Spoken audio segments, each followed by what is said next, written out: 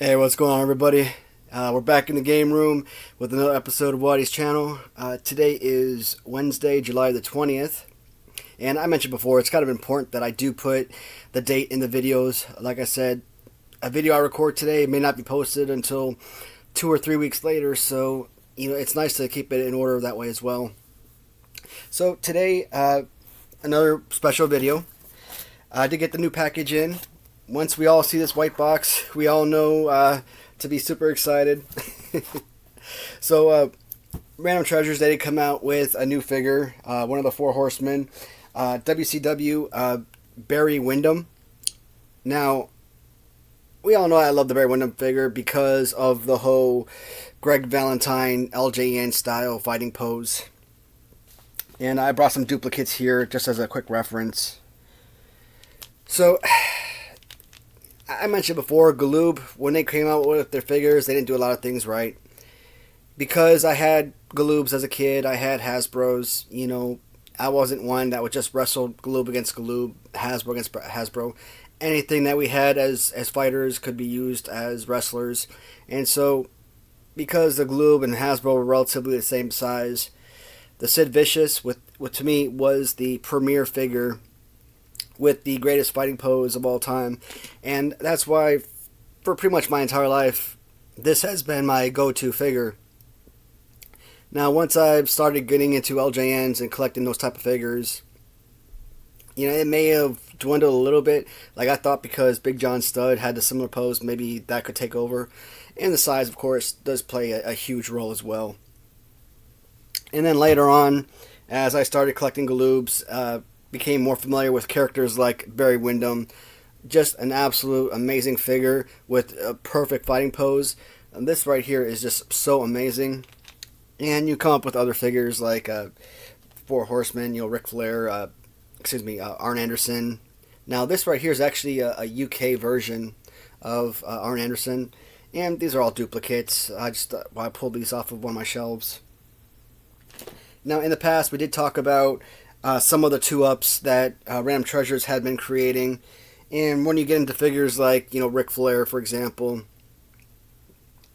it was never my favorite fighting pose, but because Galoob didn't really have that many great, figures as far as playability, he probably came down to like second or third favorite figure of all time, among the Galoob figures at least.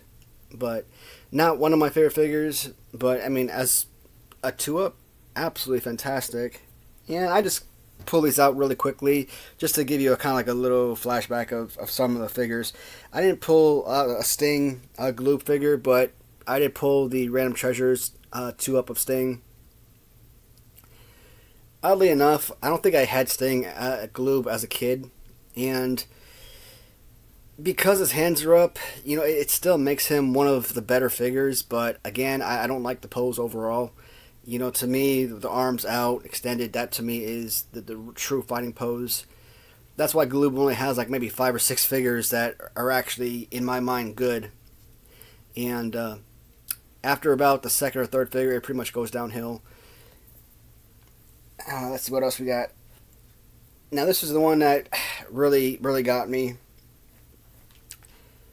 Becoming a huge fan of the LJN style figures.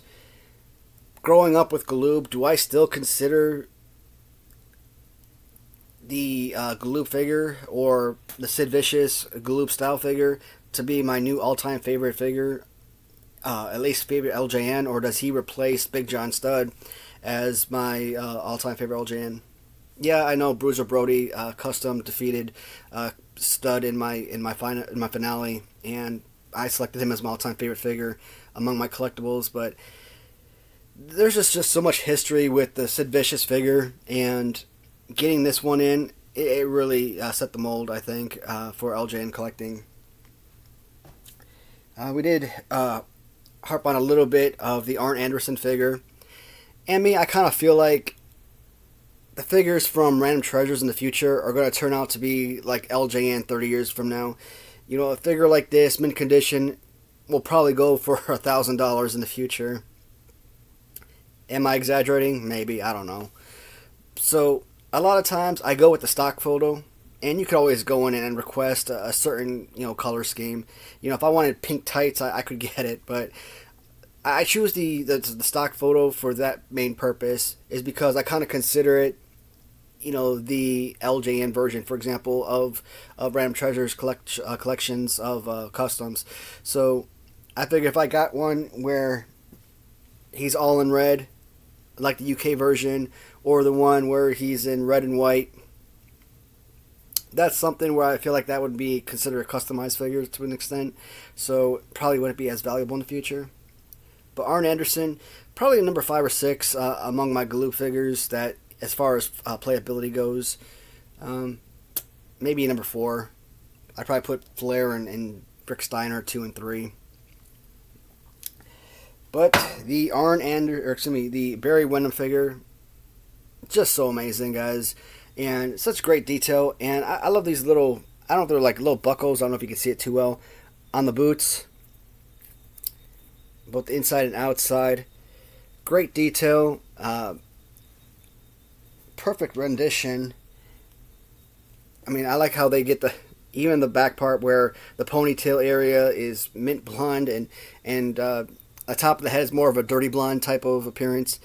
I mean, they really got every single detail of this figure to be genuine, and that is just so incredible. I just love their work. It's just so positive.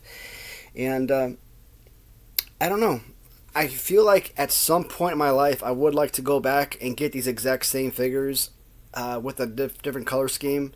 Like, you know what, I wouldn't mind seeing Ric Flair in purple or red with a lightning bolt. I know a lot of people hate that, but it's something different, you know. And I like uniqueness. I like, you know, different. I don't like all my figures to be the same, even though I do have a lot of figures that are like maybe same color scheme, like the Ultimate Warrior figures as an example. So this video, I really wanted to do an exclusive, a specialty video for one of my favorite sellers on eBay, but I don't think I'm going to do that now because of the figure I acquired from Random Treasures. Now, I could combine the figures into this video, make a 20-minute video, but I also want to give, you know, credit to each individual shop. You know, I really don't want to be really cutting into, you know, the type of recognition, excuse me, that they deserve. Tongue-tied. So in the upcoming videos, there's at least 3 primary videos I'm looking at making in the near future. And because, like I mentioned in past videos, I'm finally at a stage where I feel like I have such an abundance of content I could be making. I may not be sticking to the one video every 3 days or one video every 4 days, you know, path, or, you know, that I've been going on. I might start doing it one every other day. That way, again, it kind of gives people the opportunity to watch the first video before, you know, they're hammered with another video. Trying to get my videos to 100 views. Luckily, what I like about my most recent videos, so episode 71, I believe that was the Legends of Professional Wrestling review. At one point, I think I was like 24 hours into the video being online, and I had like 85 views, which for me was astronomical. And I know a lot of people are probably thinking, you know, 85 views, some people get that in the first 10 seconds, it's up. But you know what? I don't have 30 million subscribers, so I don't actually have that luck. So seeing 85 views in a 24-hour period for me is huge. Absolutely love that. And the very next video, the review for the new John Ruggiero figures, I think I had like 20 replies on that, you know, 20 comments. Some of them by me, of course, as replies to others, or, you know, self-sustaining replies. But that's what this is all about, is being able to kind of talk to the folks and learning about, you know, their preferences and, you know, recommendations, stuff like that. It's just so incredible. So I think the channel is growing more than I could have hoped for, and you know, I'm not gonna have 1,000 subscribers overnight. That's fine. You know, keeping it small, you know, where I'm able to reach out to people individually, know them by name and everything. I mean, that's so incredible. One of the new subscribers, Bucky, thank you so much, buddy. He gave me a list of different questions on that video. And towards the end, I mentioned that I'm looking for new questions to do another Q&A video. And so he supplied me a number of questions that I'm really looking forward to creating a video on. Now, there was one movie in particular to one of his questions he was asking me about that I just purchased last night just for the sake of having it to show you guys when I do make that video. Now, I could just do a screenshot or do clips or something of the movie. Again, as you know, I'm not very tech savvy. At some point in my life, I know I'm going to have to learn how to do those things. But right now, I'm just happy with the way that things are going. I think it's going pretty smoothly. So, after this video, I'll probably make a couple more videos today. I probably won't be able to do that Q&A video, which I'm really dying to do. But I probably will make at least one more video in relation. I'm constantly getting tongue-tied. To move over Swanson on eBay. Andrew Sabo, I purchased from him like crazy in the past. So pretty much a lot of my LJN original figures came from him. You know, they were almost all in mint condition. So he's like one of my favorite sellers. I did acquire one figure from him, and I'm going to be discussing that. And I'm kind of ashamed of myself that I haven't made a specialty video for him in the past. And it'll be a quick video. It's only one figure we're talking about, and it'll be about 5 or 6 minutes, I think. I don't think anything over 10 minutes. But I've said that a lot by a lot of videos. Oh yeah, this will be a 15-minute video. 35 minutes later, I'm still yapping. Once again, everybody, if you don't get the opportunity, please go on Etsy, XOX Customs, and buy random treasures. I mean, if you're looking for any one figure to buy from them, the Ultimate Warrior obviously rates very high on my to-buy list for recommendations to other buyers. But when it comes to Barry Windham, again, he's right there with, you know, Greg Valentine, number 5 on my list of all-time favorite LJNs. Same exact fighting pose, and I know I'm 37 years old, but Jesus, I want to play wrestling. I want to wrestle these guys so badly. That's how cool they look, and how much fun it just looks to utilize. I really want to get with Bone Breaking Action. You know, he does these amazing videos where he takes Mattel Retros or the Hasbro wrestlers, and you know, they're not like hand wrestling where he's holding them and they're fighting, or you don't have any strings attached. There's no puppets. It's animation, CGI, or something. But they look like the actual Hasbro figures. I don't know how he does it, but it's just so incredible. And that's actually what I would love to do with these things. Something really cool like that.